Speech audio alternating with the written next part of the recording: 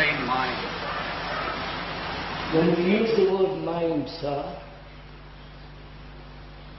we are using, including in the mind, all the activity of the senses,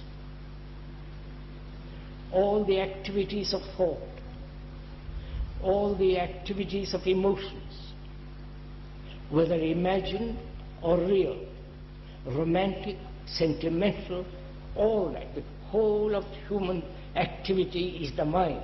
At least I look at it that way. You may look at it differently, but as we are two friends talking over together, I change my vocabulary, you change your words, but we mean the same thing.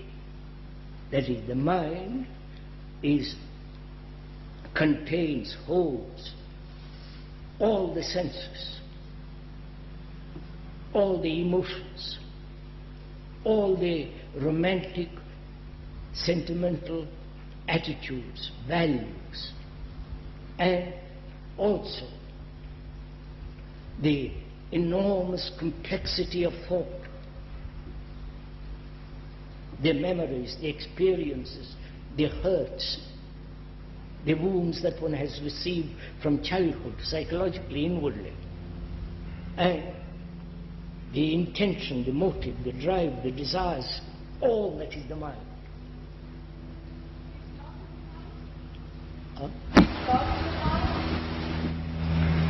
The country is love, part of the mind.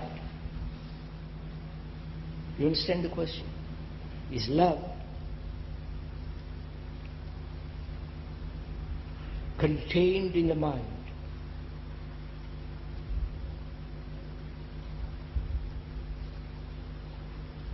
What do you say? Dialogue, please.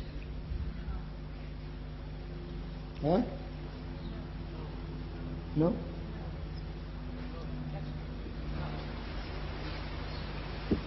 Question is, the lady says, it is not in the mind. Then is it outside the mind? Go into it for yourself. It's a dialogue. Perhaps it is a part of love. What? Perhaps the mind is a part of love. Perhaps the mind is part of love. Mind is part of love. You go very carefully into this, please.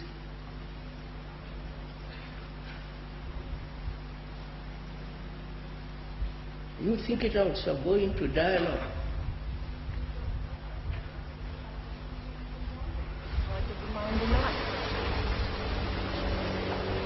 Is love remembrance? Huh? No, go into it, madam. Just look at it. I'm telling you something, I'm asking you. Is love something that has happened and you remember it?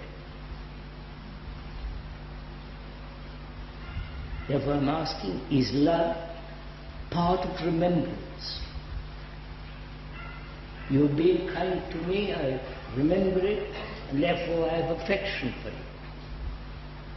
Or you have, remembered it. Is love a remembrance?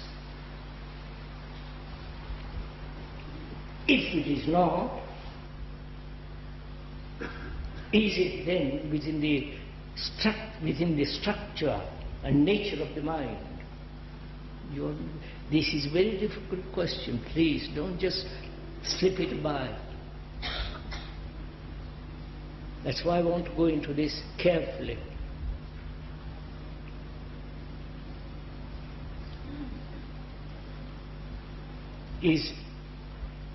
We have defined more or less, that definition can be changed, the nature of the mind, with all the senses, so on and so on. And all this is predominated by thought. right? That is the central activity, right? That controls the senses, exaggerates the senses, gives importance to a certain sense and not to the others, that creates images, conclusions, aggressiveness, assertiveness. All that is the activity of thought, right? So thought predominates all our activity, including the senses, dominating the intelligence of the body. You're following all this? So thought is the central factor that is constantly operating, controlling, deciding, changing, modifying, pursuing, establishing a goal and driving towards that.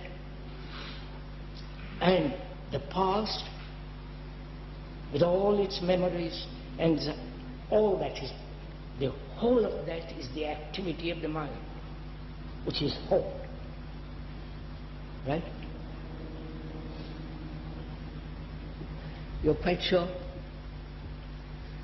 I'm pleased that discuss with me, please. The same sensation to the mind.